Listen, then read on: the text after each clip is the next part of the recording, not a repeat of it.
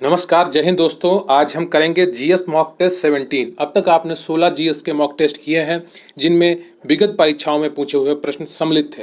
आपको पता चल रहा होगा कि परीक्षा में प्रश्न किस तरह से आते हैं और आपकी तैयारी कितनी मजबूत है। इसी तरह आप लगातार डेली ये प्रैक्टिस सेट करते रहिए और आपको पता भी नहीं चलेगा कब आपकी परीक्षा की तैयारी पूरी हो चुकी है। एक दिन आपका हिंदी का प्रैक्टिस सेट होता है और एक दिन आपका जीएस का प्रैक्टिस सेट होता है। तो इसी तरह जैसे हजारों लोगों ने अभी तक इन वीडियोस को देखा है, आप भी उनमें से एक होंगे, मैं उम्मीद करता हूं, और लगातार इन वीडियोस को देखकर अपनी तैयारी मजबूत कर रहे होंगे। तो लगातार पढ़ाई को जारी रखिए। पढ़ाई जब निरंतर होती है तभी सफलता के लायक होती है। फुटकर पढ़ाई कभी भी आपका फायदा नहीं करेगी। लगातार कर देखिए और जब भी पढ़िए पूरा वीडियो पढ़िए, अधूरा कार्य मत करिए कोई। जब तक आप पूरा कार्य नहीं करेंगे, आपके मन में जो ताकत है वो नहीं बनेगी, आपकी इच्छा शक्ति मजबूत नहीं होगी। इच्छा शक्ति मजबूत करने का एक ही तरीका है, जब भी कार्य शुरू करें उसे पूरा करें।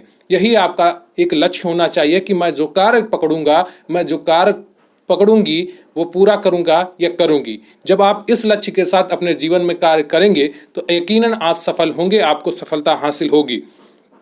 तो ये आपका जीएस मॉक टेस्ट 17 है।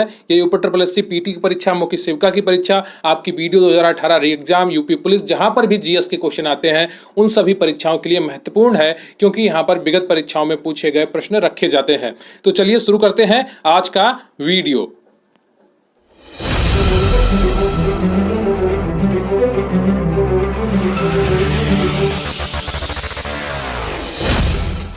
लेकिन उससे पहले मैं आपसे रिक्वेस्ट करूंगा कि आप वीडियो को लाइक कर लें, चैनल पर नए हैं तो चैनल को सब्सक्राइब कर लें। आपके कमेंट बहुत ही महत्वपूर्ण होते हैं हमारे लिए, तो प्लीज़ कमेंट करके ज़रूर बताइएगा कि आपको वीडियो कैसा लगा, और मैं वीडियो के दौरान जो आपसे प्रश्न पूछूं उसका उत्तर भी कमेंट बॉक्स में ज़रूर लिखिएगा। टेलीग्राम चैनल पर आप हमें ज्वाइन कर सकते हैं, इसका लिंक आपको डिस्क्रिप्शन बॉक्स में मिल जाएगा। और प्लीज़ वीडियो अंत तक देखें। क्लास शुरू हो उससे पहले मैं आपको एक सूचना देना चाहता हूं कि हमारे चैनल पर मुख्य सेविका स्पेशल पीडीएफ बैच चल रहा है, जिसकी फीस मात्र 450 रुपये है। इस बैच का नाम है मुख्य सेविका गरिमा बैच। जी हाँ, 450 रुपये में आप 40 से 45 हज़ार रुपये तक की नौकरी का सफ़र तय कर सकते हैं। अगर आप अपने सपनों में वाकई विश्वास रखते हैं, आपके इरादे मजबूत हैं और एक अच्छी तैयारी करना चाहते हैं, तो आप ज़रूर इस बैच से जुड़ें और अपनी तैयारी को मजबूत करें। इस बैच से जुड़ने के लिए आपको टेलीग्राम पर QRC हेल्प सर्च करके मैसेज करना है, या इसका लिंक आपको डिस्क्रिप्शन बॉक्स में मिल जाएगा। इस बैच में आपको सभी क्लासेस की PDF प्रोवाइड कराई जाएंगी, नोट्स की PDF प्रोवाइड कराई जाएंगी, 10 फुल पेपर जैसे आपके मॉक टेस्ट भी कराए जाएंगे, और जितनी भी टेस्ट सीरीज हमारे चैनल पर होती हैं उनकी PDF आपको प्रोवाइड कराई जाएंगी। करंट अफेयर्स भी आपको प्रोवाइड कराया जाएगा। तो आपकी तैयारी पूरी तरीके से कराई जाएगी। जितने भी सब्जेक्ट आपकी सिलेबस में होंगे उन सब की PDF आपको प्रोवाइड कराई जाएंगी। तो अपनी तैयारी को मजबूती देने के लिए और अपने सफ़र तय करने के लिए, अगर आपके इरादे मजबूत हैं और आपने सपना देखा है, तो ज़रूर जुड़िए, आपको सफलता ज़रूर मिलेगी, आपका फ़ायदा निश्चित होगा। तो ये डिस्काउंट आपका सीमित समय के लिए है, तो अति शीघ्र जुड़ें। वैसे तो इस बैच की फ़ीस 600 रुपये है, लेकिन आपको मात्र 450 रुपये में यह बैच मिल जाएगा। तो 450 रुपये में इस बैच से जुड़ें। इससे जुड़ने के लिए आपको टेलीग्राम पर QRC हेल्प सर्च करना है, या फिर आप इसका लिंक डिस्क्रिप्शन बॉक्स में ले सकते हैं। कमेंट करके आप लिंक मांगेंगे तो भी आपको लिंक प्रोवाइड कर दिया जाएगा। तो चलिए शुरू करते हैं आज की अपनी क्लास जीएस मॉक टेस्ट 17। तो इसका पहला प्रश्न है आपका, मोहम्मद गौरी किस वर्ष पृथ्वीराज तृतीय से पराजित हुआ था?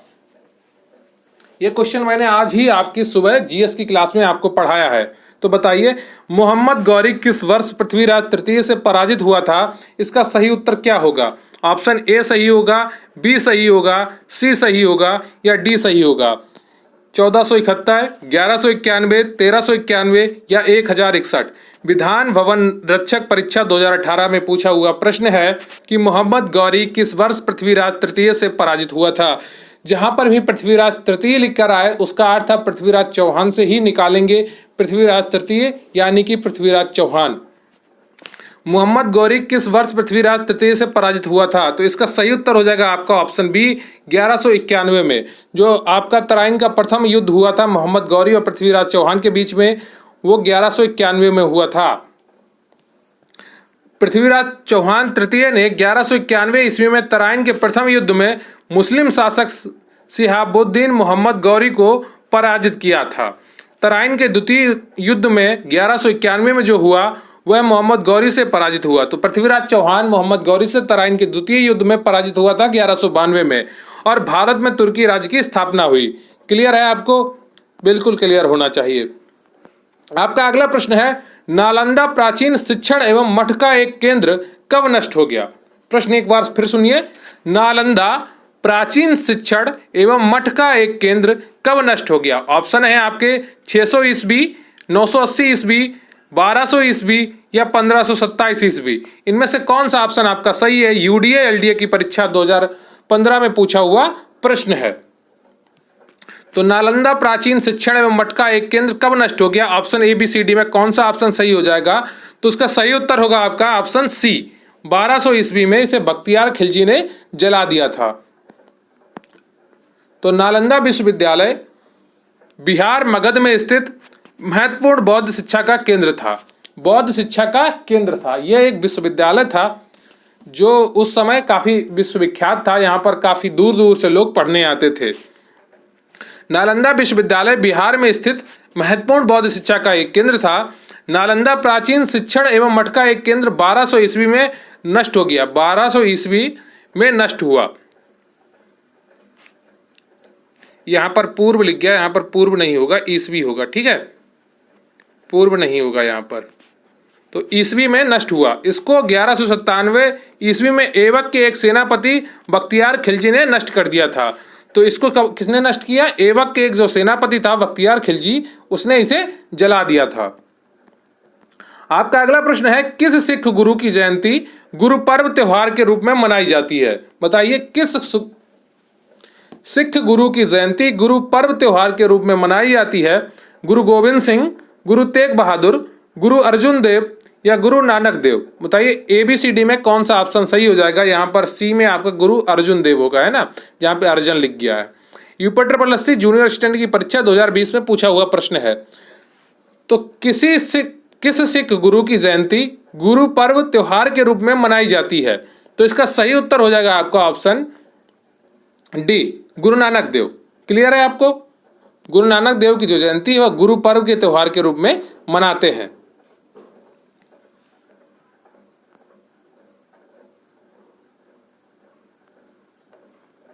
तो सिख पंथ के संस्थापक तथा सिखों के पहले गुरु नानक देव की जयंती गुरु पर्व त्योहार के रूप में मनाई जाती है। इनका जन्म रावी नदी के किनारे स्थित आधुनिक पाकिस्तान के पंजाब प्रांत के तलवंडी नामक गांव में हुआ था। उन्होंने सामाजिक कुरीतियों का विरोध किया तथा मूर्ति पूजा का निरर्थक माना। यहाँ पर निरर्थक लिख गया है, इसको निरर्थक कर लीजिएगा, ठीक है, जिसका कोई अर्थ ना हो, ऐसा माना उन्होंने मूर्ति पूजा को। तो सिख पंथ के संस्थापक तथा सिखों के पहले गुरु नानक देव की जयंती गुरु पर्व त्योहार के रूप में मनाई जाती है। इनका जन्म रावी नदी के किनारे स्थित आधुनिक पाकिस्तान के पंजाब प्रांत के तलवंडी नामक गांव में हुआ था। उन्होंने सामाजिक कुरीतियों का विरोध किया तथा मूर्ति पूजा को निरर्थक माना। क्लियर है आपको? अगला प्रश्न है आपका, प्लासी का युद्ध कब लड़ा गया था? बताइए, प्लासी का युद्ध कब लड़ा गया था? 1748 में, 1757 में, 1764 में या 1782 में? बताइए इनमें से कौन सा ऑप्शन आपका सही हो जाएगा? प्लासी का युद्ध कब लड़ा गया था? 1748 में, 1757 में, 1764 में या 1782 में? आबकारी सिपाही परीक्षा 2016 में पूछा हुआ प्रश्न है। तो ये इंपॉर्टेंट प्रश्न है आपके लिए। प्लासी का युद्ध कब लड़ा गया था? कई अन्य परीक्षाओं में भी ये प्रश्न पूछा गया है। तो इसका सही उत्तर ABCD में कौन सा हो जाएगा? चौथे का बी ऑप्शन आपका सही है। 1757 में प्लासी का युद्ध लड़ा गया था। प्लासी की लड़ाई 23 जून 1757 ईस्वी को अंग्रेजों के सेनापति रॉबर्ट क्लाइव एवं बंगाल के नवाब सिराजुद्दौला के मध्य हुई थी। तो प्लासी की लड़ाई किसके मध्य हुई थी? अंग्रेजों के सेनापति रॉबर्ट क्लाइव व बंगाल के नवाब सिराजुद्दौला के मध्य हुई थी, जिसमें नवाब सिराजुद्दौला अपने सेनापति मीर जाफर को धोखाधड़ी करने के कारण, जो मीर जाफर ने उनके धोखाधड़ी की, इसके कारण अंग्रेज पराजित हो गया। कौन? सिराजुद्दौला अंग्रेजों से पराजित हुआ एवं अंग्रेजों ने मीर जाफर को नवाब बना दिया। बाद में अंग्रेजों ने 1760 ईस्वी में मीर जाफर को हटाकर उसके दामाद मीर कासिम को बंगाल का नवाब बना दिया। क्लियर है आपको? आपका अगला प्रश्न है, त्रिपिटक निम्नलिखित में से किससे संबंधित है? ऑप्शन ए जैनियों से, ऑप्शन बी बौद्धों से, ऑप्शन सी सिखों से, या डी हिंदुओं से। बताइए कौन सा ऑप्शन आपका सही है। जूनियर इंजीनियरिंग परीक्षा 2015 में पूछा हुआ प्रश्न है। त्रिपिटक निम्नलिखित में से किससे संबंधित है? क्या जैनियों से है, क्या बौद्धों से है, क्या सिखों से है, या हिंदुओं से है? तो इसका सही उत्तर हो जाएगा आपका पांचवें का बी, बौद्धों से संबंधित है। किससे? बौद्धों से संबंधित है। तो बुद्ध ने कोई पुस्तक नहीं लिखी थी, इनके उपदेश मौखिक ही होते थे। तो बुद्ध ने कोई पुस्तक खुद से नहीं लिखी, वो बस मौखिक उपदेश देते थे। बुद्ध की मृत्यु के बाद उनके शिष्यों ने बुद्ध के उपदेशों का संग्रह त्रिपिटकों में किया है। इनकी रचना पाली भाषा में की गई है। त्रिपिटक में सुत्त पिटक धर्म संबंधी बातों की चर्चा है, अभिधम्म पिटक दार्शनिक विचारों का संकलन है, और विनय पिटक नीति संबंधी बातों का उल्लेख है। बुद्ध ने कोई पुस्तक नहीं लिखी थी, इनके उपदेश मौखिक ही होते थे। बुद्ध की मृत्यु के बाद उनके शिष्यों ने बुद्ध के उपदेशों का संग्रह त्रिपिटकों में किया है। क्लियर है आपको? इनकी रचना पाली भाषा में की गई है। तो अगर आपसे प्रश्न पूछा जाए बुद्ध ग्रंथों की रचना किस भाषा में की गई है, तो पाली भाषा में की गई है। त्रिपिटक में सुत्त पिटक धर्म संबंधी बातों की चर्चा करता है। सुत्त पिटक किसकी चर्चा करता है? धर्म संबंधी बातों की। अभिधम्म पिटक है जो, वो दार्शनिक विचारों का संकलन है, मतलब फिलॉसफी का संकलन है। क्या? फिलॉसफी का। और विनय पिटक में क्या है? नीति संबंधी बातें हैं, जो आपकी नीति होती है उसकी संबंधी बातें हैं। आपका अगला प्रश्न है, निम्नलिखित किनके बीच तक्षशिला शहर स्थित था? तो यहां पर दो नदियों के ऐसे नाम आपको छांटने हैं जिनके बीच तक्षशिला शहर स्थित था। यह आपके यूडीए एलडी की परीक्षा 2015 में पूछा हुआ प्रश्न है। तो सिंधु और झेलम में, या झेलम और चेनाब के बीच में, या चेनाब और रावी के बीच में, या रावी और ब्यास के बीच में। बताइए कौन सा आपका ऑप्शन सही हो जाएगा। निम्नलिखित में से किनके बीच तक्षशिला शहर स्थित था? तो छठे का ऑप्शन आपका एबीसीडी में कौन सा सही हो जाएगा? ए, सिंधु और झेलम के मध्य तक्षशिला शहर स्थित था। तो तक्षशिला शहर सिंधु तथा झेलम नदी के बीच स्थित है। तक्षशिला पाकिस्तान के रावलपिंडी जिले में स्थित है। तक्षशिला प्राचीन काल में गांधार राज्य की राजधानी था। प्राचीन काल में कहाँ की राजधानी था? गांधार राज्य की राजधानी था। रामायण के अनुसार भरत ने अपने पुत्र तक्ष के नाम पर तक्षशिला रखा। तो रामायण के अनुसार भरत ने अपने पुत्र तक्ष के नाम पर तक्षशिला नाम रखा था। तक्षशिला प्राचीन काल से शिक्षा के लिए विश्वविख्यात रहा था। यहीं पर तक्षशिला विश्वविद्यालय स्थित था। क्लियर है आपका? आपका अगला प्रश्न है, बाल विवाह अवरोध अधिनियम 1929 को निम्नलिखित में से किस नाम से भी जाना जाता है? फिर से सुनिए प्रश्न। बाल विवाह अवरोध अधिनियम 1929 को निम्नलिखित किस अन्य नाम से भी जाना जाता है? ऑप्शन आपके हैं, ए शारदा अधिनियम, बी विजय लक्ष्मी पंडित अधिनियम, सी नायडू अधिनियम, डी नानावटी अधिनियम। लोअर एग्जाम 2019 में पूछा हुआ प्रश्न है आपका, बाल विवाह अवरोध अधिनियम 1929 को निम्नलिखित में से किस नाम से भी जाना जाता है? तो सातवें का ऑप्शन आपका सही हो जाएगा, ए शारदा अधिनियम नाम से जाना जाता है। तो शारदा अधिनियम के तहत लड़कियों की शादी की उम्र 14 साल और लड़कों की उम्र 18 साल तय की गई। इसे बाद में लड़कियों के लिए 18 और लड़कों के लिए 21 वर्ष कर दिया गया। 1929 ईस्वी में अजमेर निवासी एवं प्रसिद्ध शिक्षाविद डॉक्टर हरविलास शारदा के प्रयत्नों से बाल विवाह निषेध कानून प्रभाव में आया। इन्हीं के नाम पर इसे शारदा अधिनियम कहा गया। क्लियर है आपको? किसके नाम पर इन्हें शारदा अधिनियम कहा गया? डॉक्टर हरविलास शारदा। तो एक बार फिर से समझ लीजिए, शारदा अधिनियम के तहत लड़कियों की शादी की उम्र 14 साल और लड़कों की उम्र 18 साल तय की गई। इसे बाद में लड़कियों के लिए 18 और लड़कों के लिए 21 वर्ष कर दिया गया। 1929 में अजमेर निवासी एवं प्रसिद्ध शिक्षाविद डॉक्टर हरविलास शारदा के प्रयत्नों से बाल विवाह निषेध कानून प्रभाव में आया। इन्हीं के नाम पर इसे शारदा अधिनियम कहा गया। आपका अगला प्रश्न है, सिपाही विद्रोह किस वर्ष हुआ था? बताइए, सिपाही विद्रोह किस वर्ष हुआ था? 1990 में, 1857 में, 1935 में, या 1842 में? व्यायाम प्रशिक्षक परीक्षा 2018 में पूछा हुआ प्रश्न है आपका, सिपाही विद्रोह किस वर्ष हुआ था? तो 1920 में हुआ या 1857 में हुआ या 1935 में हुआ या 1842 में हुआ? बताइए कब हुआ था? तो व्यायाम प्रशिक्षक परीक्षा 2018 में पूछा हुआ प्रश्न है। तो इसका सही उत्तर हो जाएगा आपका 1857। बी ऑप्शन बिल्कुल सही है। 8वें का बी ऑप्शन आपका बिल्कुल सही है। तो 1857 के विद्रोह को सिपाही विद्रोह के नाम से भी जाना जाता है। जो 1857 की आपकी क्रांति हुई थी उसे हम सिपाही विद्रोह के नाम से भी जानते हैं। क्यों? ब्रिटिश सरकार ने 1857 में सैनिकों के प्रयोग के लिए ब्राउन बैस के स्थान पर एनफील्ड राइफल का प्रयोग शुरू करवाया। एनफील्ड राइफल का प्रयोग शुरू करवाया, जिसमें कारतूस को लगाने से पूर्व दांत से खींचना पड़ता था। चूंकि कारतूस में गाय और सुअर दोनों की चर्बी थी, इसलिए हिंदू और मुस्लिम सैनिक भड़क उठे। परिणाम स्वरूप 1857 के सिपाही विद्रोह के शुरुआत हो गई। कारतूस में किसकी चर्बी थी? गाय और सुअर की चर्बी थी। सुअर मुस्लिमों के लिए परहेज में है और गाय तो हिंदुओं के लिए पवित्र है, तो इसलिए दोनों ने इसका विरोध किया। इसलिए हिंदू और मुस्लिम सैनिक भड़क उठे और परिणाम स्वरूप 1857 के सिपाही विद्रोह की शुरुआत हुई। आपका अगला प्रश्न है, 1916 का लखनऊ समझौता महत्वपूर्ण था क्योंकि इसके बाद कांग्रेस ने किया। बताइए कांग्रेस ने इसके बाद क्या किया? मुस्लिम लीग के साथ गठबंधन किया, या अंग्रेजों के साथ संधि कर ली, या होम रूल लीग से अलगाव किया, या पूर्ण स्वराज की मांग की? बताइए 9वें का कौन सा ऑप्शन सही होगा? प्रश्न एक बार फिर से सुनिए। 1916 का लखनऊ समझौता महत्वपूर्ण था क्योंकि उसके बाद कांग्रेस ने किया, क्या किया? मुस्लिम लीग के साथ गठबंधन किया, या अंग्रेजों के साथ संधि की, या होम रूल लीग से अलगाव किया, या पूर्ण स्वराज की मांग की? यूडीए एलडीए की परीक्षा 2015 में पूछा हुआ प्रश्न है। तो 9वें का सही ऑप्शन हो जाएगा आपका ए।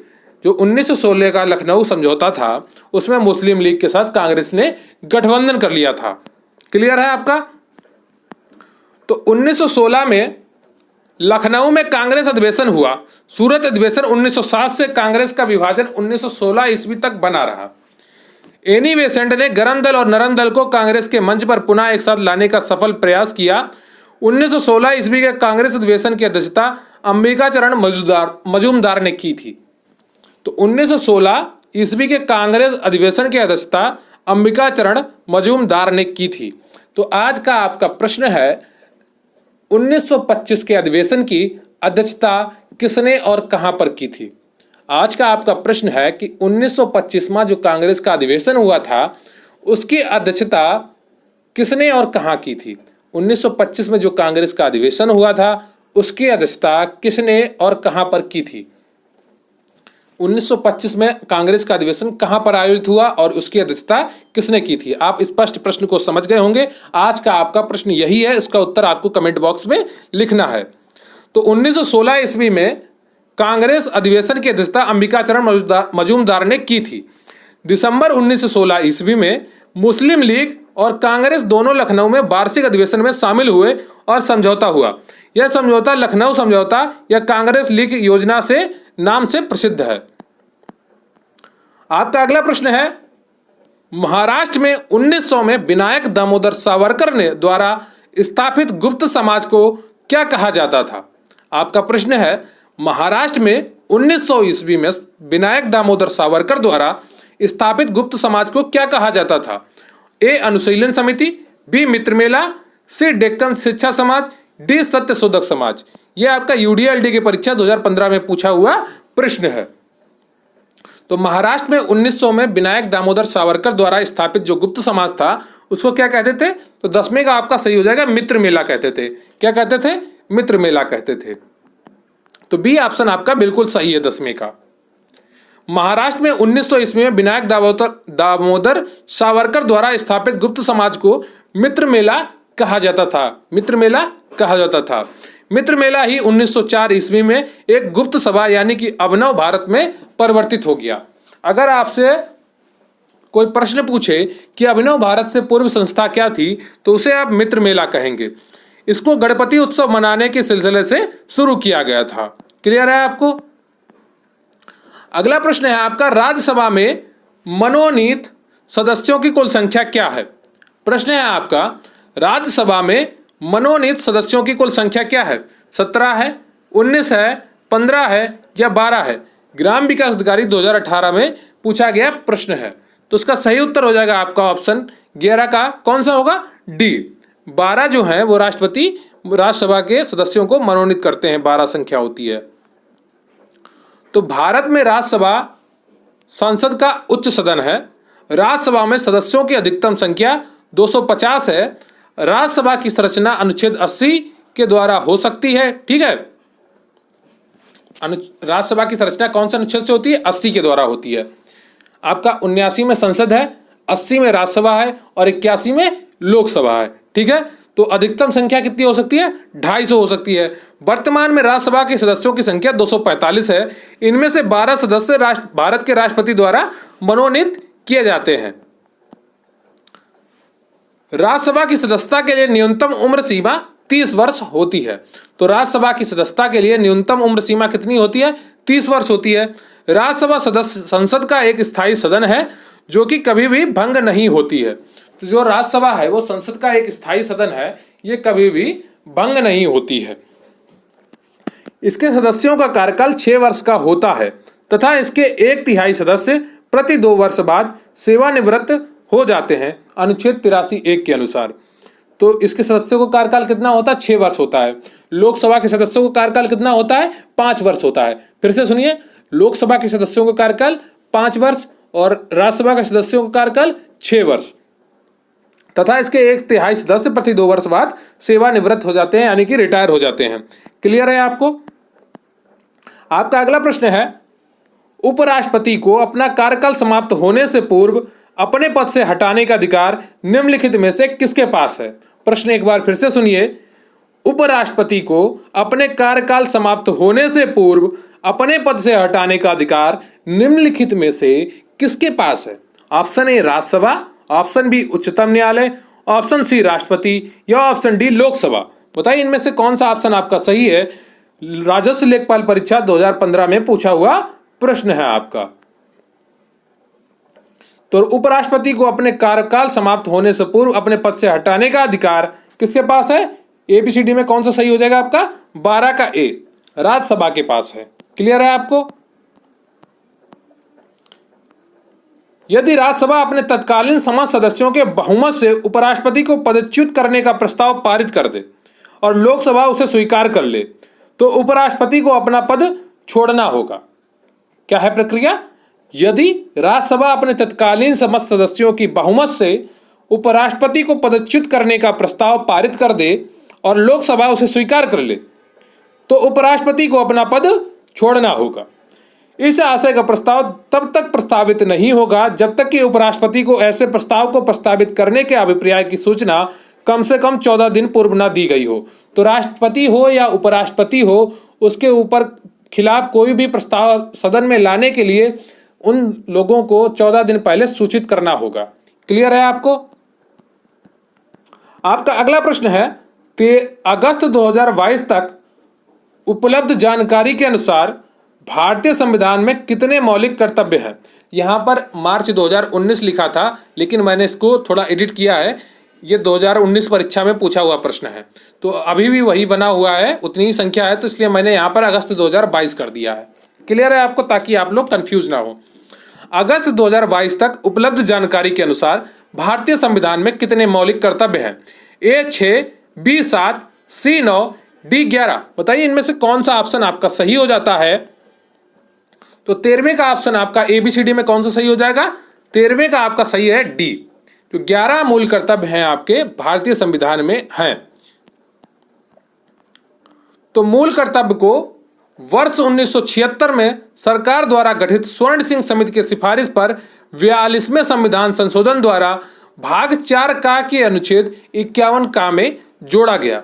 मूल रूप से संविधान में मूल कर्तव्यों की संख्या 10 थी, परंतु वर्ष 2002 में 86वें संविधान संशोधन द्वारा 11 हो गई है, जिसमें प्रत्येक माता पिता को अपने 6 से 14 वर्ष तक के बच्चों को शिक्षा का अवसर प्रदान करेंगे। तो 11वां मूल कर्तव्य क्या है? प्रत्येक माता पिता अपने 6 से 14 वर्ष तक के बच्चों को शिक्षा का अवसर प्रदान करेंगे। यह मूल कर्तव्य है माता पिता का। यह 2002 में 86वें संविधान संशोधन द्वारा भारतीय संविधान में जोड़ा गया है। आपका अगला प्रश्न है, निम्नलिखित में से किसको संविधान की आत्मा के रूप में माना जाता है? ऑप्शन है राज्य के नीति निर्देशक सिद्धांत, राष्ट्रीय ध्वज, प्रस्तावना, मूल अधिकार। राजस्व लेखपाल परीक्षा 2015 में पूछा हुआ प्रश्न है। एक बार फिर से सुनिए प्रश्न को, निम्नलिखित में से किसको संविधान की आत्मा के रूप में माना जाता है या माना गया है? तो एबीसीडी में कौन सा ऑप्शन आपका सही हो जाएगा? तो 14वें का ऑप्शन आपका सी सही है, प्रस्तावना को माना गया है। लेकिन भीमराव अंबेडकर ने अनुच्छेद 32 को, जो संवैधानिक उपचारों का अधिकार है, उसको संविधान की आत्मा माना था। संविधान की प्रस्तावना को संविधान की आत्मा माना जाता है क्योंकि इसमें संपूर्ण संविधान का मूल निहित है। संविधान सभा के विद्वान सदस्य ठाकुर दास भार्गव ने प्रस्तावना को संविधान की आत्मा कहा है। प्रस्तावना में प्रयुक्त शब्दावली हम भारत के लोग संयुक्त राज्य अमेरिका से ली गई है। हम भारत के लोग कहां से ली गई है? संयुक्त राज्य अमेरिका से ली गई है। आपका अगला प्रश्न है, सूर्य के प्रकाश को पृथ्वी तक पहुंचने में कितना समय लगता है? 2 minute 8 second, 6 minute 10 second, 8 minute 20 second या 9 मिनट 16 सेकेंड? राजस्व निरीक्षक परीक्षा 2016 में पूछा हुआ प्रश्न है, सूर्य के प्रकाश को पृथ्वी तक पहुंचने में कितना समय लगता है? तो 15वें का एबीसीडी में कौन सा ऑप्शन आपका सही हो जाएगा? तो इसका सही उत्तर है आपका सी, 8 मिनट 20 सेकेंड लगता है सूर्य के प्रकाश को पृथ्वी तक पहुंचने में। तो सूर्य के प्रकाश को पृथ्वी तक पहुंचने में 8 मिनट 20 सेकेंड समय लगता है। सूर्य से पृथ्वी की न्यूनतम दूरी 14.70 करोड़ किलोमीटर है तथा अधिकतम दूरी 15.21 करोड़ किलोमीटर है। तो एवरेज इसे आप 15 करोड़ किलोमीटर मानते हैं। कहीं पर अगर 15 करोड़ किलोमीटर लिख के आ जाए तो उसे भी आप सही करेंगे जब ये दोनों ऑप्शन में ना हो।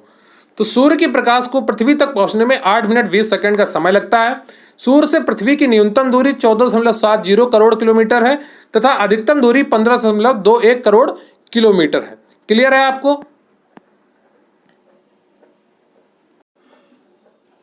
भारतीय प्रायद्वीप की सबसे ऊंची चोटी कौन सी है? बताइए। आपका अगला प्रश्न है, भारतीय प्रायद्वीप की सबसे ऊंची चोटी कौन सी है?